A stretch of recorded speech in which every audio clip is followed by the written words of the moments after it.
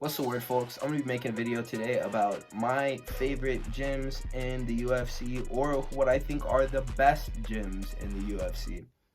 Every single fighter belongs to a gym, and just as important as going out and fighting on fight night is the preparation that you make in camp. So I want to be talking about the coaches, the lineups of fighters, and the facilities themselves that I really just like, man. So we're going to start this list by talking about American Top Team. American Top Team is a gym that I feel like half of the active fighters in the rankings fight out of.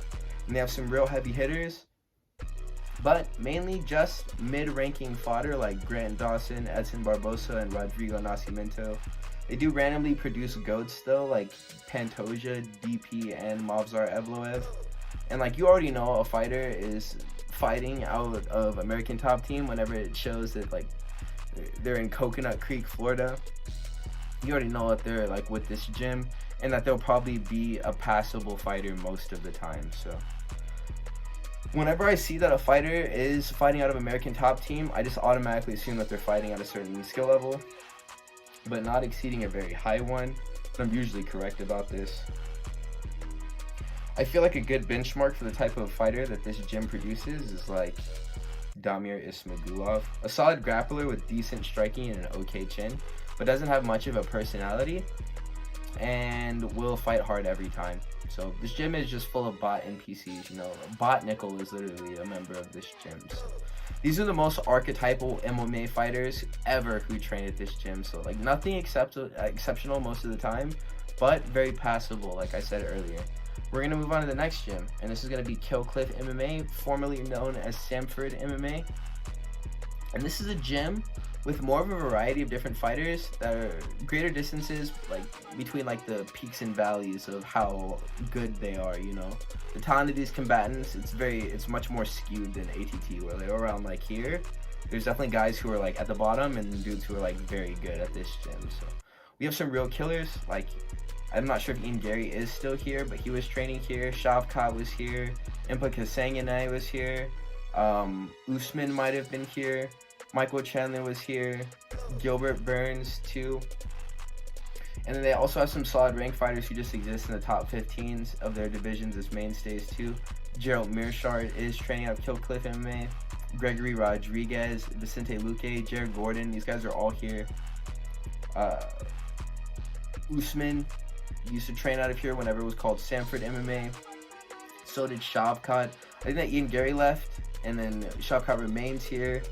Usman might be training with Shavkat, or maybe he left to just train more with like Trevor Whitman as like a main thing. But there's a lot of good people here. There's legends that train out of this gym as well, like Michael Johnson, Vitor Belfort, Robbie Lawler.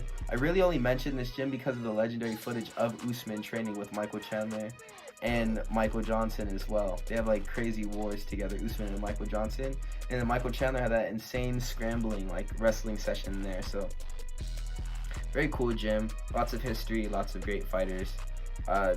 Another great gym with lots of history and great fighters too. This is American Kickboxing Academy, aka in San Jose. This is the premier gym there. Produce some like real legends of the sport. Many champions and former champions have trained at this gym. Most notably, DC, Luke Rockhold, Khabib, and Islam Makhachev. This gym is home to 3 of the best grapplers to ever compete, and has viral clips which are legendary, like Islam, Russian tie snapping, that one wrestling ace who trains there, who was in high school at the time, and you know, like DC wearing the Batman mask and stuff. Like we got all types of funny clips from like whenever they would vlog from inside the gym. So stories of how Islam and Leona Edwards went from years ago, they fought there, and like those are hallowed grounds, man. I'd love to visit that place. But this is definitely one of the premier gyms. Cain Velasquez is another guy who I haven't even mentioned yet. And this attempted murder charge really does make the facility appear more badass, honestly. And he's a part of that camp, and like he almost killed someone. So outside of the Nurmagomedov family though, I feel like they're running a kind of a skeleton crew, and that's really like, that family is where all their talent is, and they need those names to keep their gym relevant, because they don't really have like other fighters other than Islam, Khabib, and I guess, Umar. So yeah, like other than that, they don't have like any real front runners. The best Dagestani fighters here who trains, like the best non-Dagestani fighter who trains there, I'd say, is probably Dan Ige, and he's pretty good. But the other dudes who are worth mentioning are ex or current champions, and they're not really even active in the roster anymore. So they've always had like a few champions at this gym, like since I started watching in the UFC, so it has to get a mention. The next gym that I'm going to mention is going to be Xtreme Couture. And I say that this facility is special because of the coaching. Javier Mendez is like cool from AKA. Diego Lima is also pretty cool from Chutebox. But Eric Nixick is an actual legend of this sport. And he's made so many great fighters from like the ground and improved fighters who are already great by just receiving his coaching, man. So this gym has a really nice collection of fighters who train here. We got Strickland, Ngannou, Yuri, Dan Ige also trains here too. And this coach has a special ability to tell fighters exactly what they need to hear. And he understands that like his talent on a human level, and he talks to them like people, man. And like he really knows exactly what to say to them. And he understands like what makes them tick. And he knew that Strickland was sad about being abused as a child, so like he made sure that Sean understood what he was fighting for, like before that 5th round with DDP, whenever he was telling him to like fight for his inner child and stuff. I feel like that's a very special relationship you have to have with your fighter to be comfortable enough to say something like that, and trust that your fighter will hear it and not just get angry at you for bringing up something so sensitive. Like to be able to draw that out of them is a very important skill. So I think he is very good with people. He's a special way of getting through to his fighters like Strickland, Ngannou, and Yuri. Yuri's probably never allowed himself to be coached a day in his life, but Nixick is a tactician who I like to see talking to his fighters in the corner and talking about the sport in general. So that's going to take us on to the next gym that we're talking about. It's going to be JacksonWink MMA. This is a special gym due to their resources and special techniques. John Jones developed his oblique kick and lead leg side kick offenses here at this gym. And crafting these techniques for a fighter like John Jones to use is absolutely genius. So I want to give kudos to Greg Jackson for being a phenomenal coach who has supported many legends of the sport and other fighters who would become champions all the way to the point of them earning the belt. Like, so we have GSP who worked with this guy. We have BJ Penn who worked closely with him. Andre Arlovsky, Rashad Evans, Frank Mir, Holly Holm. I found out that this gym is very remarkable just because of the resources that they possess. John Jones is definitely the money man whenever it comes to this gym, but he employed one of the craziest training camps I've ever seen to prepare for this fight. He was working with Gable Stevenson, who's a great wrestler, and Gordon Ryan, who's a jiu-jitsu ace, and they're both heavier. So I think that he can, in fact, like, the fact that he can just like hang out and afford to pay these people to train with him is a really big deal, and it makes this gym a mecca for combat because it houses the greatest fighter ever, and they prepare him in the way that they probably should for the fact that he is the greatest fighter ever. So we're going to talk about the next gym. We're going to the Oceania continent. We're going to talk about City Kickboxing. This gym used to run things. They had Volk, Izzy, Dan Hooker was in the background for a little bit, but they were also building up Shane Young, who's, we'll talk about it, Kai Kara France, who's still around, Brad Riddell, who walked away from the sport, Carlos Olberg, who's still here, and then Blood Diamond, if anyone remembers. But I mean, now all the champions are on loss streaks, and Hooker is literally the gym's front runner right now, and I laugh every single time I think about that. This is a premier MMA gym for the Oceania continent, like I mentioned, but I don't really know what they have going on in Australia to like rival them. You know, I think that this is probably the best gym that Australia or New Zealand can produce. So we've had a couple active champions here. The head coach Eugene Behrman can be made out to be like kind of a yes man for Izzy and Volk. I respect him for letting them do their things in the pursuit of greatness, but I have no idea why Eugene Behrman didn't urge Adesanya to chase a finish more against Strickland in the 5th round, or why he allowed Volk to accept the second Islam fight on short notice, like why he seemed cool with that. I mean, I like this gym much more when they aren't in constant focus, to be honest. I feel like I like Volk more whenever he's not, like, honestly in the limelight as champion. And Izzy became more likable whenever he lost the belt, too. I mean, I'm not going to go as far as to say likable, but he was more tolerable, at least. He became less insufferable whenever he lost the belt. Whenever they're on some low-key stuff, City Kickboxing is actually kind of cool. I get excited to watch these Kiwis scrap now that the hype is gone, personally. So we're gonna move on to the next. Gym. It's gonna be Trevor Whitman's gym. I'm not sure what he calls it, honestly, but Trevor Whitman is a coach. He is the gym. He's the entire sport, honestly. He's a mad scientist of MMA, and he's literally one of the smartest coaches that the sport can offer. He's cerebral, like Corey Sandhagen, and they work together in Gaethje's last training camp. So a bunch of fighters are seeking out his wisdom because he understands. He's super knowledgeable about fighting, and he just gets it. So if Rose would have lost her last fight, it would have been bad for this gym, and I would have been mentioning how Trevor Whitman may ruin some fighters. But as I'm thinking about it, he literally made Usman into a proper boxer and turned Justin Gaethje, he tamed him so he could focus and perform better in his fights. I like Whitman's demeanors towards violence too. He likes watching fights and brutal finishes, and he's happy with his fighters whenever they score against their opponents, but he'll smile just as big if his fighter gets slumped out cold. And I honestly respect how he just likes watching people get knocked out. He just like me, for real. And he understands striking, like I mentioned, and boxing. And his gym is like a microcosm of boxing and MMA. And he has optimized his fighter styles of punching to make them more effective in a sport where they can also kick and wrestle.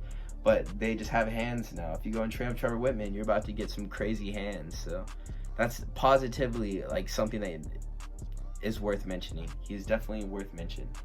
The next gym that I'm going to discuss is going to be Chutebox Academy. So this gym was a bigger deal 5 years ago than it is now. The mark of a fighter who comes out of this gym is that they're Brazilian and have platinum blonde hair. Diego Lima is a coach who loves his fighters, and his entire staff will dye their hair blonde in support of them, like any of their combatants who are competing. It's mainly just Charles, since the days of Anderson Silva and Shogun Rua is their front runner.